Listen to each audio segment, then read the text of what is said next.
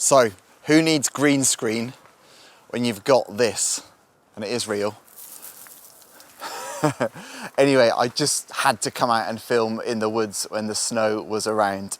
And I'm just really hoping that no one's out in the woods looking for Wally, otherwise we could be in trouble. Anyway, let's think about this word blessed. How do you use the word blessed? How do we as Christians tend to use the word blessed? I wonder if maybe we use it in a slightly flawed way. I was thinking about occasions when we might do it. Maybe it would be like, oh no, let me pay for dinner. I've been really blessed recently. Or maybe, your kids are so well behaved. You're so blessed. Or, oh, I love your new car. You really are blessed, aren't you? As I've coped with COVID, as I've gone through this, I've often looked around and gone, oh yeah, but I'm so blessed to have the house that I live in. I'm so blessed to have the kids that are reasonably well behaved and great company. And I've looked at those things and that's been like, oh, that has helped me to get through. And don't get me wrong, every good and perfect gift comes from our Father in heaven. And I am grateful, and they are nice things. But, it kind of exposes a fairly natural assumption that having stuff and things going well is what blessed is all about. Whereas Jesus, in the Sermon on the Mount, kind of flips things quite radically, really. And this teaching in the Sermon on the Mount, it was really considered his kind of centerpiece of teaching. When you became a Christian in the early church, this was the first bit of teaching that you had to learn off by heart. But the truth is, it's very counterintuitive, quite confusing at times, not easy to accept. And so we're going to try and teach our way through it, hoping it can minister to us, but also change the way we maybe see the world and think about the world. So, our culture screams, you're blessed if you're minted.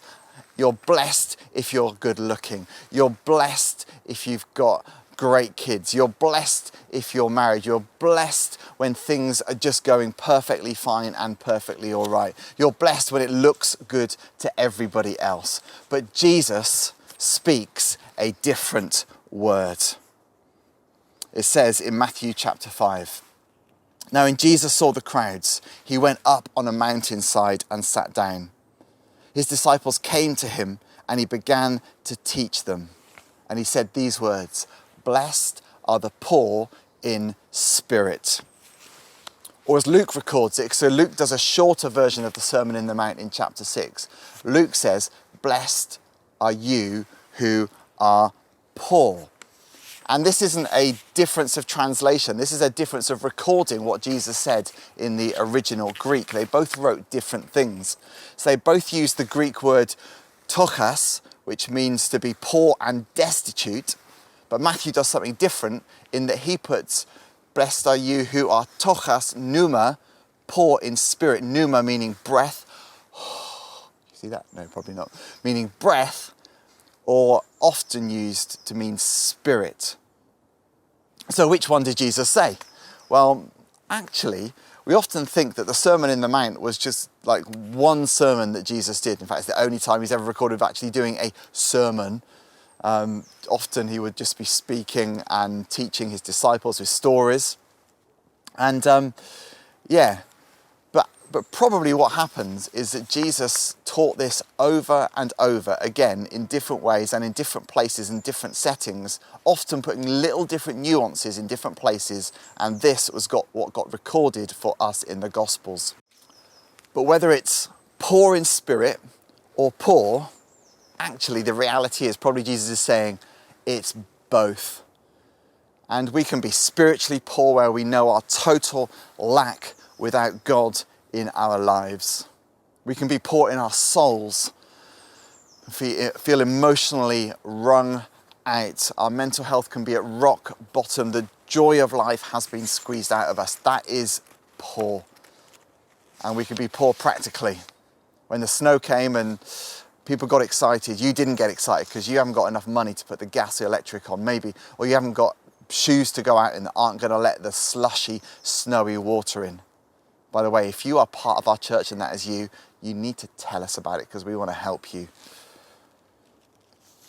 So whether it's in your spirit, in your soul, or in the physical, Jesus was clear. When you don't have all you need, when you feel desperate, when you have run out of whatever it is you've run out of, or as the Message version puts it, when you're at the end of your rope, you are blessed. Which doesn't really make sense, does it? Like I said, it is totally counterintuitive. That doesn't sound like a best place. That is not #blessed in the slightest. And you know, in many ways, I'm not really the right person to be sharing this message. And I feel even a little bit guilty because I look back on my life and I can't remember a time that I was poor. And even though I can see it now, I've never really felt poor in spirit. And so almost it's a bit like, can I bring this teaching? Well, I can because it's not my teaching, it's Jesus' teaching. And, but you know, for many of us that maybe kind of have had reasonably okay lives, this COVID journey has taught us a thing or two, hasn't it? You know, for me, I've actually found these last 2 weeks have probably been 2 of the hardest weeks of my life. And even when I say that, I kind of think, oh man, I have been so, I nearly said blessed then. Life has been good, life has been fine. And there'll be moments though, these last couple of weeks, where I'm definitely, I'm down and I am low. I feel a sense of poverty in my soul and in my spirit, even if I don't feel it and experience it physically. And in that moment, I have to say, it's made me more aware of those of you who have experienced trauma, who are experiencing a form of poverty, who are experiencing mental health challenges. I want to say that I just want to honour you. I don't want to patronise, but I want to honour you, because when I'm feeling down, I often think, man, I got so much that is fine. How do people survive? How do people put a smile on their face? And you know who you are. And I just want to say, out of genuine love and care for you, well done. Seriously, well done for getting through. The reality is we're all experiencing lack at the moment. All of us are going through something. Yes, to varying degrees, but it is lack nonetheless. Many feeling down, many feeling depressed. It's all feeling a bit too much. And Jesus has a word to speak to that. He says, you're blessed. You are blessed. Why is that? Why is that, Jesus? When we're poor in spirit, poor in soul, poor in just physical reality, why are we blessed? His reply, because my son and my daughter, yours is the kingdom of heaven. So surely the kingdom of heaven is open to all. Yes, but by being in that place of lack, by being in that place of poverty, it means you have something that others don't have. You know, Jesus in Luke's account of the Sermon on the Mount, or again, teaching that perhaps happened at different time and place, he says, yeah, but woe to you who are rich, for you have already received your comfort. Basically suggesting that the more poor you are, be that in spirit, soul, or body, you are closer to the kingdom of heaven than those who have it together. In fact, the Message translation says, with less of you, there is more of God and his rule. And when I felt down, when I felt that I haven't felt full up, there's been less of me and there's been more room for God. I've told myself, listen, Matt, there is blessing in this. Receive it. Receive that blessing. And if you are in a place of lack today, there is blessing in it. Search for it, find it. You will find it. So, what do we do with this teaching? Well, firstly, we hopefully allow it to change the way we think about blessing. You know, the church in our generation, especially some parts of the church, make out that to be blessed is to have the best house and the best car and the best wife and the best kids and all of that. And we so easily look on and go, oh, that person lives such a blessed life.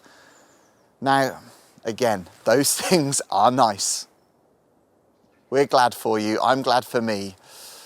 But let's not look on that and say blessed and the opposite and say not blessed, because that was not what Jesus did. It is not a biblical worldview. It is not a Jesus worldview. So we need to leave that stuff behind.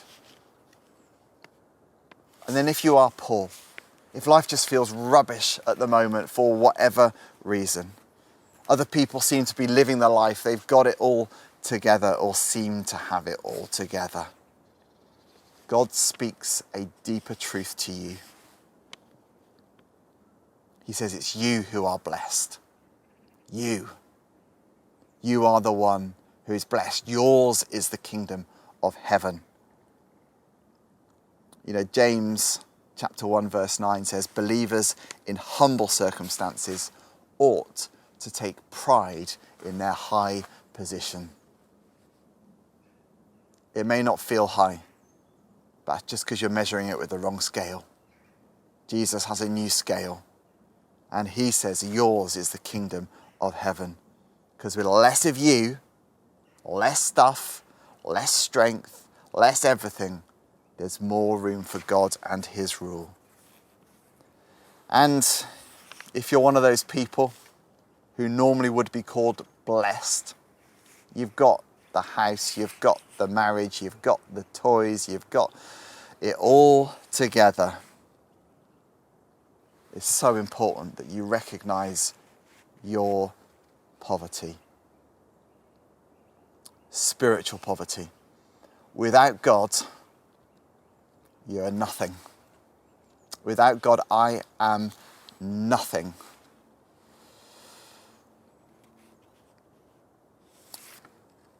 Until I come to Jesus. So don't look upon your material blessings with any sense of pride, with any sense of, look at me, I've done okay, look how God has blessed me. If anything, James chapter 1 verse 10 says, but the rich should take pride in their humiliation. And I think this means we should take pride in our humbling. We should recognize we are spiritually bankrupt without the grace of God that makes us spiritually rich, and that is all that counts. You who are rich, take pride in your humbling. This is the great leveler of the Jesus way, the Jesus message, the kingdom of God. That from Jeff Bezos all the way down to the poorest person in Mozambique, we're all on a level. And actually, our God tips the level the other way and says, woe to you who are rich, but blessed are you who are poor, and poor in spirit. Yours is the kingdom of heaven. So especially for those of you that are feeling down at the moment, feeling depleted, feeling depressed, feeling drained, yours is the kingdom of heaven. With less of you, there's more room for God and his rule and his love and his presence in your life. Receive it. Receive it.